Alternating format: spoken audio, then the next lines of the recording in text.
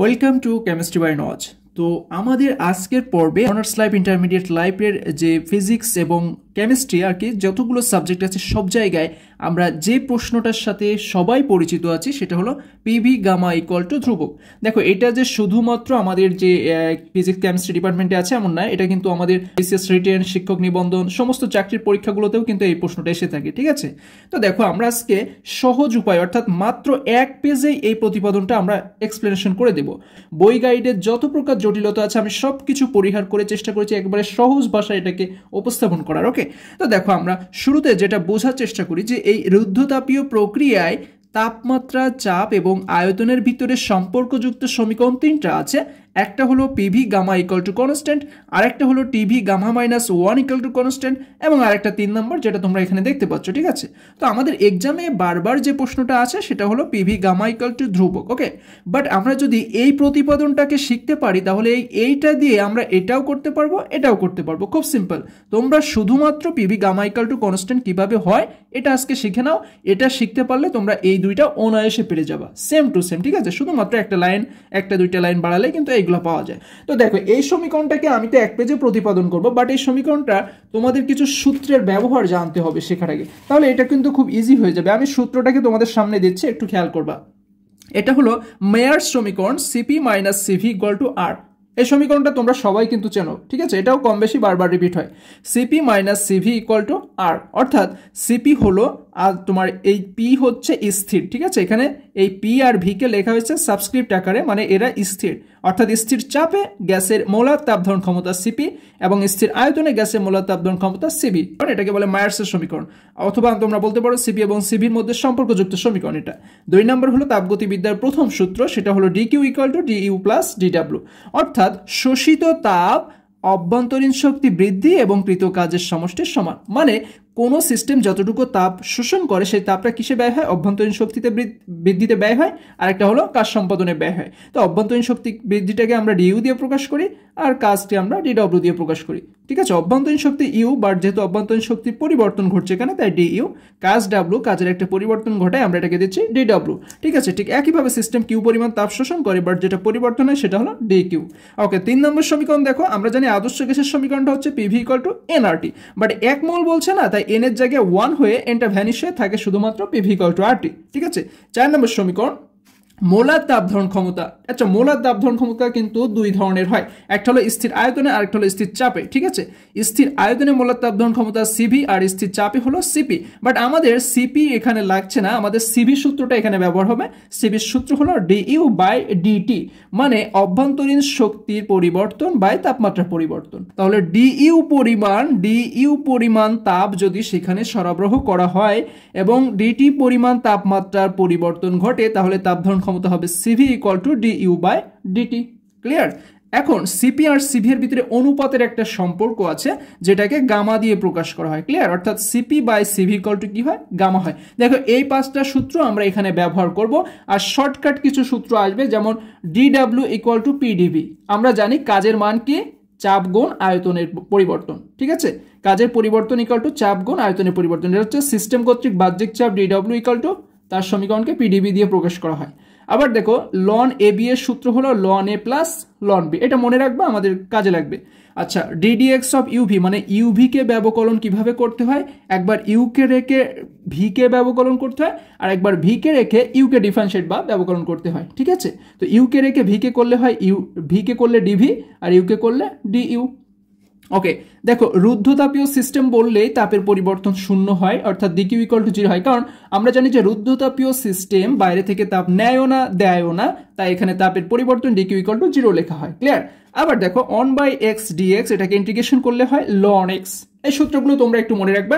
এখন এইগুলো যদি মনে রাখতে পারো তোমাদের এই যে সমীকরণটা কিন্তু একেবারে ইজি। ঠিক আছে, এটা তোমরা মাত্র 5 মিনিটে কভার করে ফেলবা।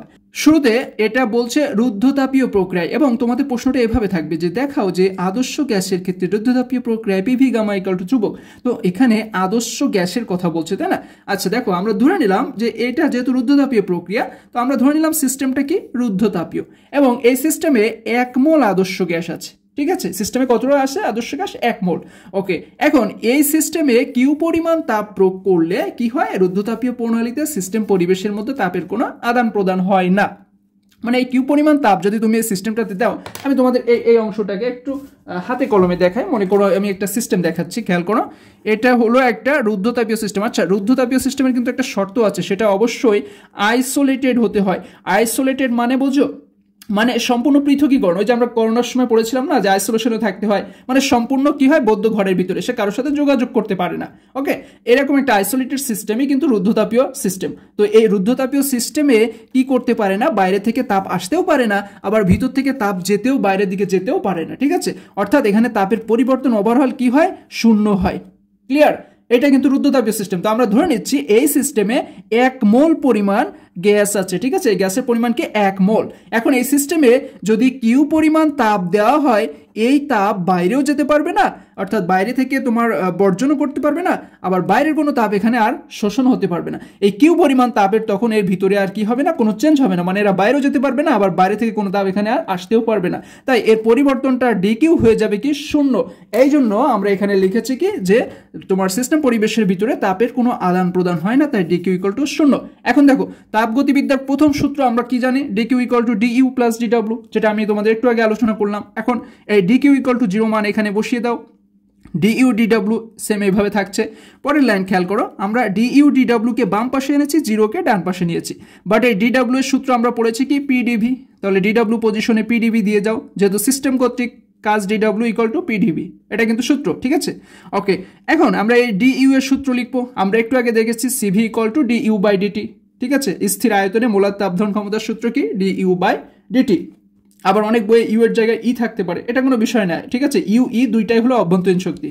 ওকে, তাহলে আমরা আড়াআড়ি গুণন করে ডি ইউ ইকুয়াল টু সিভিডিটি পাই, সেটা আমরা এখানে লিখেছি। 1 নম্বর সমীকরণ আমরা এখানে দিলাম এই কারণে যে এইখানে আমাদের মান দরকার হচ্ছে ডিটি এর মান। ঠিক আছে, এই 1 নম্বর সমীকরণে যদি ডিটি এর মান বসাতে পারো, তাহলে আমাদের এই সমীকরণ ইজিলি ভাবে প্রমাণ হয়ে যাবে। তো দেখো, এটা আমরা কিভাবে পাবো, ওই যে 1 মোল আদর্শ গ্যাসের সমীকরণ আছে, পিভি ইকুয়াল টু আরটি। ঠিক আছে, এখন এইটাকে আমরা ব্যবকলন করছি, দেখো, অর্থাৎ ডিফারেন্সিয়েট করছি। কিভাবে, আমরা আরটিকে যখন ডিফারেন্সিয়েট করব, আর কনস্ট্যান্ট বা ধ্রুব রাশি হয়, ওকে আর ডিফারেন্সিয়েট করা যায় না, বাট টি ভ্যারিয়েবল বা চলক হয়, ওকে ডিফারেন্সিয়েট করা যায়, যাকে ডিফারেন্সিয়েট করলে হয় ডিটি। ক্লিয়ার? ঠিক একইভাবে পিভি এখানে ডিফারেন্সিয়েট করব কোন ফর্মুলা দিয়ে, ওই যে ইউভি ফর্মুলা দিয়ে। ঠিক আছে, অর্থাৎ পি কে আমরা ইউ ধরছি, ভি কে আমরা ভি ধরছি। তাহলে ইউভি ফর্মুলা দিয়ে ডিফারেন্সিয়েট করলে কি হয়, একবার ইউ কে রেখে ভি কে, আর একবার ভি কে রেখে ইউ কে। তো ইউ কে রেখে মানে পি কে রেখে ভি কে করলে কি হয়, ডিভি, প্লাস ভি কে রেখে ইউ মানে পি কে করলে হয় ডিপি। ঠিক আছে, ওটা কিন্তু ওই যে আমি তোমাদের শুরুতে সূত্র লিখে দিয়েছিলাম, ডিডিএক্স অফ ইউভি এর সূত্র, যদি মনে না থাকে ওখান থেকে দেখে আসো। ওকে, এখন এখান থেকে ডিটি রেখে আর কে এই পাশে পাঠালে কি হয়ে যায়, আর এর সাথে ভাগ হয়ে যাবে, তাই না? আর এখানে গুণাকার আছে, বাম পাশে আসলে আর ভাগ হয়ে যায়। বাট আমরা ওভারঅল কি করেছি, এই সাইডকে এই পাশে এনেছি, এই সাইডকে ওই পাশে নিয়ে গেছি। এখন দেখো তো ডিটি এর মান আমরা পেয়েছি না, এই মানটা তোমরা এই পজিশনে বসিয়ে দাও, 1 নম্বরের এই পজিশনে। দেখো বসালে আমরা কি রূপ মান পেয়ে যাই, দেখো খুব সহজে আমরা একটা সিম্পল মান পেয়ে যাই, যেখান থেকে আমরা প্রতিপাদনটা করতে পারবো। এই যে আমাদের এরকম একটা সমীকরণ চলে আসে, জাস্ট আমরা ডিটি এর জায়গায় মানটা বসিয়ে দিয়েছি। ওকে, এখন খেয়াল করো, আমরা এখানে কি করলাম, জাস্ট আমরা উভয় পক্ষকে আর দিয়ে গুণ করলাম। তো 0-র সাথে আর গুণ করলে তো 0 হয়, তাহলে আমাদের বাম পক্ষকে দেখো, পিডিবিকে আর দিয়ে গুণ করলে কি হয়, আর পিডিবি। আবার এই অংশকে আর দিয়ে গুণ করলে ওই আর আর এই আর কাটাকাটি করে ভ্যানিশ হয়ে যায়। ঠিক আছে, এই অংশের সাথে যখন আমরা একটা আর গুণ করতাম, সেই আর এই আর ভ্যানিশ হয়ে যায়, থাকে কি CV PDB plus CV VDP, মানে আমরা গুণ করে দিয়েছি, সিভি এর সাথে এই দুইটা রাশি গুণ করে দিয়েছি। ওকে, অর্থাৎ যে জিনিসটাকে তুমি গুণভাগ করবা তাকে উভয় পাশেই করতে হবে, এক পাশে করলে কিন্তু হবে না। ওকে, নেক্সট লাইনে খেয়াল করো, আমরা শুধুমাত্র এই আর এর জায়গাটাতে চেঞ্জ করে দিচ্ছি। আমরা পড়েছিলাম মেয়ার্সের সমীকরণ CP minus CV equal to R, তাহলে আর এর জায়গায় সিপি আর সিভি দিয়ে দাও, সিপি মাইনাস সিভি দিয়ে দাও। এখন এই দুইটাকে তোমরা পিডিবি এর সাথে গুণ করে দাও, সিপি এর সাথে পিডিবি গুণ করলাম, মাইনাস সিবি এর সাথে পিডিবি গুণ করলাম। তাহলে দেখো তো এই রাশি দুইটা আউট হয়ে যায় কিনা, একই জিনিস না, প্লাস মাইনাস হয়ে যাচ্ছে মানে আউট হয়ে যাবে। তাহলে থাকে এই দুইটা রাশি, যেটা ইকুয়াল টু 0 আমরা লিখলাম। এখন দেখো আমরা এখানে কি করব, আমাদের এখানে টার্গেট হচ্ছে আমরা এই সিভিটাকে ভ্যানিশ করে দিব। ঠিক আছে, এই সিভিটাকে আমরা কি করব, ভ্যানিশ করব। তার জন্য উভয় পক্ষকে আমরা সিবি দিয়ে ভাগ করে নিলাম। তাহলে এই পক্ষকে এই রাশিটাকে সিভি দিয়ে ভাগ করলে এখান থেকে সিভি আউট হয়ে থাকে ভিডিপি, এই রাশিতে তোমার সিবি ভাগ করলে সিপি এর সাথে আমরা যেটাকে ভাগ আকারে লিখেছি, কারণ এটাকে কোনোভাবেই তো আর কাটাকাটি করা পসিবল না, তাই আমরা সিপি এর সাথে সিবিটা ভাগ আকারে লিখেছি, পিডিবিকে একটু আলাদা করে লিখেছি। জিরোর সাথে সিবি ভাগ করলে জিরোই থাকে, ঠিক আছে। পরের লাইন খেয়াল করো, এখানে আমরা কি করলাম, জাস্ট সিপি বাই সিবি আমরা আগেই পড়েছি যে আপেক্ষিক তাপ দ্বয়ের অনুপাতকে গামা দিয়ে প্রকাশ করা হয়। সিপি আর সিভি এর অনুপাতকে কি দিয়ে প্রকাশ করে, গামা দিয়ে, সূত্রে আমরা পড়ে এসেছি, তাই আমরা এখানে গামা বসিয়ে দিলাম। ওকে, নেক্সট লাইনে আমরা কি করলাম, ইন্টিগ্রেশন করলাম। ইন্টিগ্রেশন মানে সমাকলন করলাম, এই রাশিটাকে ইন্টিগ্রেশন করলাম। দেখো কিভাবে, জাস্ট ইন্টিগ্রেশন করার আগে আমরা একটু পিভি দ্বারা ভাগ করে নিয়েছি উভয় পক্ষকে, ঠিক আছে। তো দেখো উভয় পক্ষকে যখন আমরা পিভি দিয়ে ভাগ করব, জিরোকে পিভি দিয়ে, আমরা কেন পিভি দিয়ে ভাগ করলাম, কারণ এইখান থেকে ভি রাশিটাকে ওঠাবো আর এইখান থেকে পি রাশিটাকে ওঠাবো, তাই আমরা পিভি দিয়ে ভাগ করলাম। ক্লিয়ার? তো যখন আমরা এইখানে পিভি দিয়ে ভাগ করব, ভি আউট হয়ে নিচে ভাগ আকারে পিটা থাকবে। এইখানে যখন আমরা পিভি দিয়ে ভাগ করব, এখান থেকে পি আউট হয়ে নিচে শুধুমাত্র ভিটা থাকবে। ক্লিয়ার? ওকে, এখন আমরা ইন্টিগ্রেশন করছি। ইন্টিগ্রেশন কিভাবে হবে দেখো, এই গামাটা কি, গামাটা তোমার এটা কনস্ট্যান্ট, এটাকে কোনোভাবে ইন্টিগ্রেশন করা যায় না, ঠিক আছে, এজন্য একে আমরা ইন্টিগ্রেশনের বাইরে রাখবো। এখন দেখো এখানে আছে ডিপি বাই পি, এখানে আছে ইন্টিগ্রেশন ডিভি বাই ভি। এখানে আমরা সূত্রে পড়েছি কি, আমাদের শুরুতে দেখিয়েছি যে লগ এক্স এর ইন্টিগ্রেশন সূত্র হচ্ছে কি, সরি 1/x dx এর ইন্টিগ্রেশন সূত্র হচ্ছে log x। ওকে, সূত্রটা আমি তোমাদের আরো একবার দেখাই, দেখো ইন্টিগ্রেশন 1/x dx এর সূত্র হচ্ছে log x। তো x কে dx কে 1 এর সাথে গুণ করে দাও, কি হবে, dx by x equal to log x, তাই না। Integration dx by x equal to log x, এই যদি হয় তাহলে আমরা লিখতে পারি না dp by pp equal to ln p, এটাকে x ধরো, dx by x, তার মানে dp by p equal to ln p অর্থাৎ ln x। ঠিক একইভাবে dv by v equal to ln v, ঠিক আছে, গামা যেভাবে ছিল সেভাবেই থাকবে। এখন দেখো আমরা এই জিরোটাকে কেন সি লিখলাম, কারণ দেখো ইন্টিগ্রেশন কিন্তু উভয় পক্ষকে করতে হবে, শুধু বাম পাশে করলে হবে না, ডান পাশেও করতে হবে। আর জিরোকে ইন্টিগ্রেশন বা সমাকলন করলে তার মান হয় কনস্ট্যান্ট বা ধ্রুবক, ঠিক আছে। জিরোকে ইন্টিগ্রেশন করলে কি হয়, জিরোকে ইন্টিগ্রেশন করলে তার মান হয় কনস্ট্যান্ট বা ধ্রুবক, ঠিক আছে। তো কনস্ট্যান্টটাকে আমরা সি দিয়ে প্রকাশ করেছি, অর্থাৎ কনস্ট্যান্টের প্রথম অক্ষরটা আমরা এখানে ব্যবহার করেছি। এখন খেয়াল করো এখানে লন পি যেভাবে আছে সেভাবেই থাকবে। লন ভি এর আগে যে গামাটা আছে, আমরা সাধারণত কোনো রাশিকে লনের আগে যে রাশি থাকে, লন বা লগের আগে যে রাশি থাকে, তাকে আমরা লনের পরের রাশির পাওয়ার হিসেবে লিখে দিতে পারি। এটা কিন্তু লনের সূত্র, ক্লিয়ার। এটাকে আমরা এর পাওয়ার বা মাথায় সুপার স্ক্রিপ্ট হিসেবে বসিয়ে দিতে পারি। তাই আমরা কি করলাম, এই গামাটাকে ভি এর মাথায় পাওয়ার আকারে লিখে দিলাম। এটা লনের ক্ষেত্রেই কেবল প্রযোজ্য। আবার দেখো এই সি বা কনস্ট্যান্টকে লগ আকারেও লেখা যায়, ঠিক আছে। তোমরা কোনো কনস্ট্যান্ট বা ধ্রুবককে কি করতে পারবা, সেটাকে লন আকারে লিখতে পারবা। মানে লন আকারে ওই ধ্রুবকের অর্থই হলো ওই ধ্রুবক। ধ্রুবককে তুমি যত ইচ্ছা তত খুশিতে প্রকাশ করতে পারো। ধ্রুবককে তুমি চাইলে C equal to C by K gamma, তারপর যত প্রকার আছে এরকম এখানে হাজারো ধ্রুবকের গুণফল কিংবা ভাগফল আনতে পারো, লাস্টে কি দাঁড়াবে, একটা ধ্রুবক। ক্লিয়ার? এই জন্য আমরা এখানে ধ্রুবক সি কে কি লিখেছি, লন সি আকারে লিখেছি। এটা এই কারণে লিখেছি, আমরা এইখানে লন আছে, এইখানে যদি আরেকটা আনতে পারি তাহলে দুইটা লন ভ্যানিশ করে দিতে পারবো। ক্লিয়ার? নেক্সট লাইনে আমরা কি করলাম, লন এ প্লাস লন বি এর সূত্র ব্যবহার করেছি, যার অর্থ হলো লন এ বি, অর্থাৎ লন পিটাকে এ ধরেছি, ভিটা এই যে পিটাকে এ ধরলাম, ভি গামাটাকে বি ধরলাম, তাহলে কি হবে, ln A B equal to, এখন দেখো দুই পাশে লন আছে, দুইটা আউট হয়ে যায়, এই লন আউট হয়ে যায়, থাকে P V gamma equal to C. অথবা পি ভি গামা সি এর পরিবর্তে আমরা ধ্রুবক লিখতে পারি, কারণ সি যেহেতু একটা ধ্রুবক কনস্ট্যান্ট। ক্লিয়ার? আবার এটাকে আমরা এভাবেও প্রকাশ করে দিতে পারি যে P one V one gamma equal to P two V two gamma equal to dot dot dot dot ধ্রুবক। ক্লিয়ার? তো এটাই ছিল আমাদের P V gamma equal to ধ্রুবক। তো আশা করি তোমাদের এখানে বুঝতে আর কোনো সমস্যা নেই। আমার মনে হয় না যে এত সহজ ভাষায় কোনো বই গাইডেও তোমরা এটা পেয়ে যাবো। ওকে, তো দেখো আমরা এখন এই সমীকরণটা দিয়ে, অর্থাৎ এই পিভি গামা ইকুয়াল টু ধ্রুবক, এই সমীকরণ দিয়ে আমরা এখন TV gamma minus one equal to ধ্রুবক এটা প্রমাণ করে দেবো। দেখো কিভাবে, খুব সহজ। আমরা প্রথমে এই সমীকরণটা একটু লিখে নিচ্ছি যে PV gamma equal to constant. এখন দেখো আমরা আদর্শ গ্যাসের সমীকরণে পেয়েছিলাম কি, পিভি ইকুয়াল টু আরটি, ঠিক আছে। তো এখান থেকে আমরা পি কে রাখলে ভি ডান পাশে গিয়ে ভাগ হয়ে যায়, মানে আরটি বাই ভি হয়ে যায়। এই মানটাই তোমরা এই পি এর জায়গায় বসিয়ে দাও, আরটি বাই ভি। ক্লিয়ার? ওকে, এখন দেখো আমরা এখানে কি করলাম, জাস্ট এই আর কি, আর একটা কনস্ট্যান্ট আসে, তাহলে ওকে কনস্ট্যান্টের পাশে পাঠিয়ে দাও। আর এখানে কি ছিল, উপরে ছিল, বলে এই পাশে গিয়ে সে ভাগ হয়ে যাবে, নিচে বসবে। ওকে, এখন দেখো এই ভি নিচে আছে, ফলে এই ভিকে যখন আমরা উপরে লিখতে যাব, এই ভি এর উপরে কিছু নেই, মানে কি পাওয়ার প্লাস অন আছে, ফলে একে যখন আমরা উপরে নিয়ে যাবো ওই পাওয়ার প্লাস অন হয়ে যাবে মাইনাস অন। ওকে, ভি এর পাওয়ার আছে আলাদা একটা গামা, টি এখানে এইভাবে আছে। এখন খেয়াল করো এই গামা মাইনাস ওয়ান, এখন দুইটা ভিকে আমরা কিভাবে লিখতে পারি, একটা ভি লিখে সূচক দ্বয় যোগ করে দিতে পারি।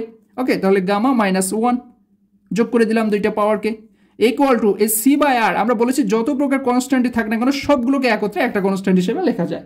তাই আমরা এখানে কনস্ট্যান্ট ডিরেক্টলি সি লিখে দিলাম। তাহলে আমাদের প্রমাণ হয়ে গেল না যে TV gamma minus 1 equal to ধ্রুবক। ক্লিয়ার? সেম টু সেম আমরা এই সমীকরণ থেকে রুদ্ধতাপীয় প্রক্রিয়ার যে 3 নাম্বার সম্পর্ক এটা পেতে পারি। কিভাবে? জাস্ট এই ভি এর জায়গাটা এখন চেঞ্জ করে দাও। ওকে, ভি এর জায়গাটা চেঞ্জ করে দাও। ভি এর জায়গা কি? আর একটি বাই পি, যেটা আমরা আদর্শ গ্যাসের সমীকরণ থেকে পাচ্ছি। তাহলে ওইখানে ওইটা বসিয়ে দাও। এখানে কি হচ্ছে দেখো, জাস্ট আমরা আর এর পাওয়ার গামা মাইনাস 1, আর যেহেতু একটা কনস্ট্যান্ট রাশি, ওকে ওই কনস্ট্যান্টের পাশে পাঠিয়ে দাও, ডান পাশে। ক্লিয়ার? তাহলে এখানে থাকবে কি? এখানে থাকবে টি পাওয়ার গামা মাইনাস 1 আর P power gamma minus 1। P এর সাথেও এই পাওয়ারটা অ্যাটাচ করে দাও। এখন দেখো এই পি এর পাওয়ারটা নিচে আছে না, ও উপরে গেলে কি হবে? এই পাওয়ার দ্বয়ের চিহ্ন চেঞ্জ হয়ে যাবে, মানে প্লাস গামা হয়ে যাবে মাইনাস গামা, মাইনাস 1 হয়ে যাবে প্লাস 1। তাই আমরা একসাথে 1 মাইনাস গামা হিসেবে লিখেছি। ক্লিয়ার? এখানে দেখো টি এর মাথায় কিছু নেই, মানে 1 আছে, তাহলে দুইটা টিকে একসাথে লিখলে পাওয়ার দ্বয় যোগ করে দিতে হবে, অর্থাৎ 1 প্লাস গামা মাইনাস 1, 1 ভ্যানিশ হয়ে থাকে শুধুমাত্র গামা। তাহলে আমাদের প্রমাণ হয়ে গেল T gamma P 1 minus gamma equal to ধ্রুবক। এটাই কিন্তু আমাদের সেই রুদ্ধতাপীয় সম্প্রসারণের 3টা সম্পর্কযুক্ত সমীকরণ। আশা করি এই সমীকরণ দ্বয় তোমরা যদি মনে রাখতে পারো, একেবারে প্রথম বর্ষের নন মেজর ফিজিক্স থেকে ফিজিক্যাল কেমিস্ট্রি 1 থেকে শুরু করে চাকরির যত পরীক্ষা আছে সব জায়গায়, এসএসসি ফিজিক্স, এসএসসি কেমিস্ট্রি, সব জায়গায় এই প্রশ্নটা তোমরা অ্যান্সার করতে পারবা। তো এই ছিল আমাদের রুদ্ধতাপীয় সম্প্রসারণের সম্পর্কযুক্ত সমীকরণ, অথবা এভাবে আসতে পারে যে চাপ ও আয়তনের মধ্যে সম্পর্কযুক্ত সমীকরণ, সেটা কোথায়? রুদ্ধতাপীয় প্রক্রিয়ায়। এছাড়াও বলতে পারে রুদ্ধতাপীয় প্রক্রিয়ায় তাপমাত্রা আয়তনের মধ্যে সম্পর্ক প্রকাশ করো। এছাড়া বলতে পারে রুদ্ধতাপীয় প্রক্রিয়ায় তাপমাত্রা চাপের মধ্যে সম্পর্ক প্রকাশ করো। যেভাবে বলুক না কেন ইজিলি ব্যাখ্যা করতে পারবা।